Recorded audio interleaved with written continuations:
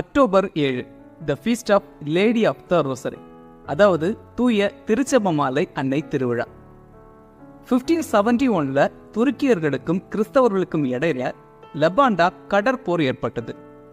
இதுல கிறிஸ்தவர்கள் வெற்றி பெறுறதுக்காக செயின்ட் பீட்டர் சதுக்கத்துல தொடர் ஜெபமாலை சொல்லப்பட்டது. இறுதியா அந்த போர்ல கிறிஸ்தவர்கள் வெற்றி பெறாங்க. இந்த வெற்றிக்கு தொடர் ஜெபமாலை தான் காரணம் அப்படின்னு நம்பப்பட்டது. இதனால 5ஆம் பயஸ் திருத்தந்தை வெற்றியின் அன்னை, அதாவது லேடி ஆஃப் விக்டரி திருவிழாவை ஏற்படுத்துறாரு. 1573 13ஆம் கிரகோரி திருத்தந்தை இந்த திருவிழாவை திருச்செபமாலையின் திருவிழா, அதாவது ஃபீஸ்ட் ஆஃப் ஹோலி ரோசரி அப்படின்னு மாத்துறாரு.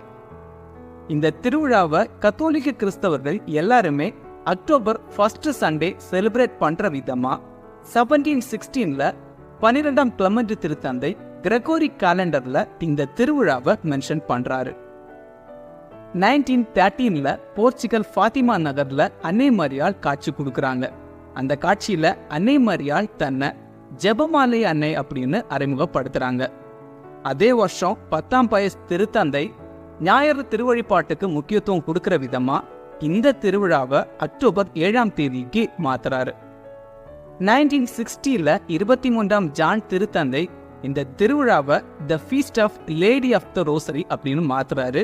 அதாவது இப்போ இருக்கிற தூய திருச்செபமாலை அன்னை திருவிழாவா அது மாறுது.